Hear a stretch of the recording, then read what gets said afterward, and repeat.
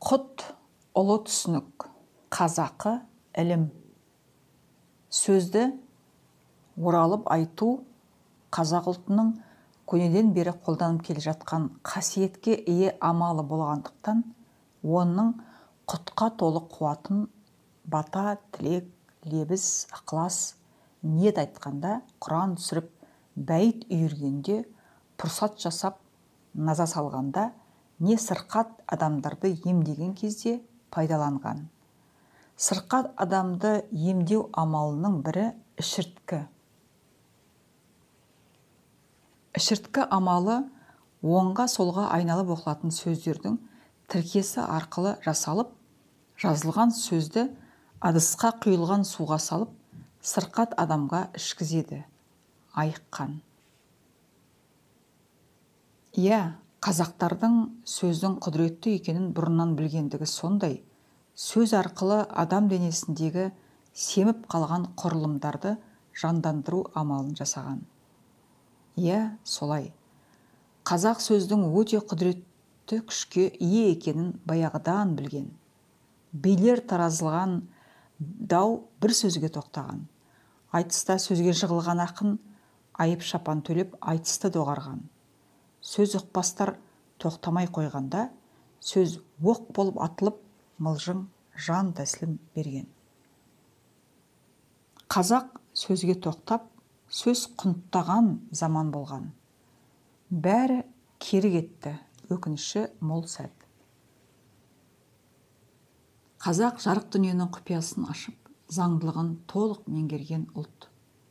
Сол құпиясын ашып, құндылығын меңгерген заңдылықтардың бірі әрі бірегейі сөздің құты болатын меңгергенді еді. Қазақ сөз ақ пен аруақтың бұйрығын орындап, дем үйіріп, адам болмысында болатын ауру, кесел, дерт, сырқат, шалықтаумен қатар, мінез бен құлық, мейірімсіздік, мекерлік, қаталдық секілді кер тартпа, жағымсыз қылықтарды емдеп, шежірелік тұғырдан тазалайтынына толық сеніп, амал тәсілдер жасаған. Қазақ осы амалдар мен тәсілдер арқылы сөздің құдіретін пайдаланып, шежірелік ақпараттар ағымында тұрақты тербеліс туындатып, адам болмысында дерттенгендіктен семіп қалған құрылымдарға дем кіргізіп, ілініп әлбіп тұрған ақпараттарды жандандырған. Қазақ сөздің құты арқылы жандандыру тербелісінің өрелі екеніне, оянған құрылымдар ақпаратты өз болмысында ұзақ сақтайтынын толық ұғынып, сөзден туындайтын құдіретті күшті денсаулыққа керекті құрал ретінде пайдаланған.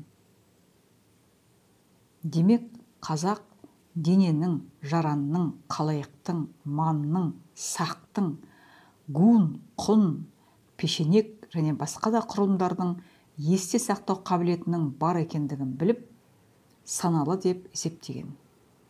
Сондықтан олар естиді, есте сақтайды, тыңдайды, ақпаратты жинақтайды, шешім қабылдайды және ішкі және сыртқы әрекеттерге жауап береді деп есептеп, аса ыждағаттылықпен өздеріне керекті құрал ретінде пайдаланған. Сөздің құдіретті құтын тіл қату, сөйлесу, бата, тілек, ниет, ықылас, лебіз, алғыс, дуа, дұға, наза, азан, жалыну, жалбарыну, өтіну, сұрау, сыйыну, ішірткі, пұрсат, жоқтау, жаназа, құран, бәйіт және дем салу амалдарын жасаған кезде қасиетті күш ретінде пайдаланып, айтылған сөйлемді қуаттандырып отырған. Енді осы аталған амалдар мен тәсілдер адам болмысында қандай затқа әсер етіп, қуатты толқын тудырып, өмірді жандандыру ісіне араласады. Жалпы қазақта ондай түсінік бар ма? Бар. Ол құдіретті түсініктің аты құт. Қазақ құтты тәңірлік құдайдың нақ сүйенетін күштерінің бірі деп, оны дүние танымдық түсініктеріміздің өзегі деп есептеген. Құт, бұл сөздің орысша нақ баламасы жоқ, дегенмен благодать, дух, мощь және тағы да басқа сөздер ішкі болмысын ашуға көмектеседі деуге болады. Қазағымыздың бағына табиғи денелердің іштен немесе сырттан келген ақпараттарды есте сақтай білу заңдылығын зерттеген ғалымдар сандаған тәжірибенің арқасында тұжырымға келіп, ол теорияны солитон деп атапты. Солитон дегеніміз не деген сұраққа ғалымдар былай дейді. Солитон – это структурная устойчивая волна, находящаяся в нелинейной среде и ведущая себя как разумные существа. Солитоны ведут себя подобно частицам. При взаимодействии друг с другом или с некоторыми другими возмущениями они не разрушаются, а продолжают движение, сохраняя свою структуру неизменной, и передает данных на большие расстояния без помех. Солитоны бывают различной природы. На поверхности жидкости, цунами и бор, ионозвуковые и магнитозвуковые солитоны в плазме, гравитационные солитоны в слоистой жидкости, солитоны в виде коротких световых импульсов в активной среде лазера. Можно рассматривать в виде солитонов нервные импульсы. Солитоны в нелинейных оптических материалах. Солитоны в воздушной среде. Осы дәлелдерінен кейін барып, ғалымдар, кроме этих солитонов бывает солитоны человеческих слов деген қорытындыға келіп, қазақ дүниетанымының дәлелсіз еместігін анықтап, шыңға шығарып кетеді.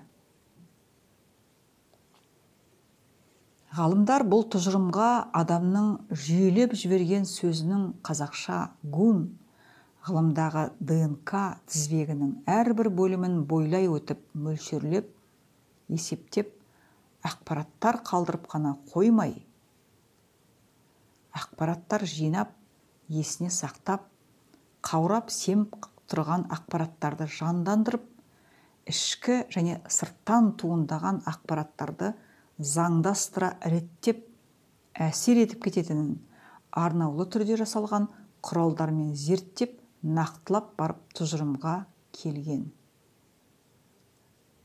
Ғалымдар осы зерттеудің қорытындысын нақтылай түсу үшін радиоактивті уланған бидайдың тұқымына адамның сөздерін таспаға жазып алып бағыттағанда, бидайдың құты адам сөздерінің құтымен сабақтаса табысып, өрелі түрде жұмыс жасап, семіп қалған ақпараттар оянып, жаңарған тіршілік нышанына ие болған. Демек, құт ғылыми солитон сөздің әсерімен тіршілік қуатына ие болған.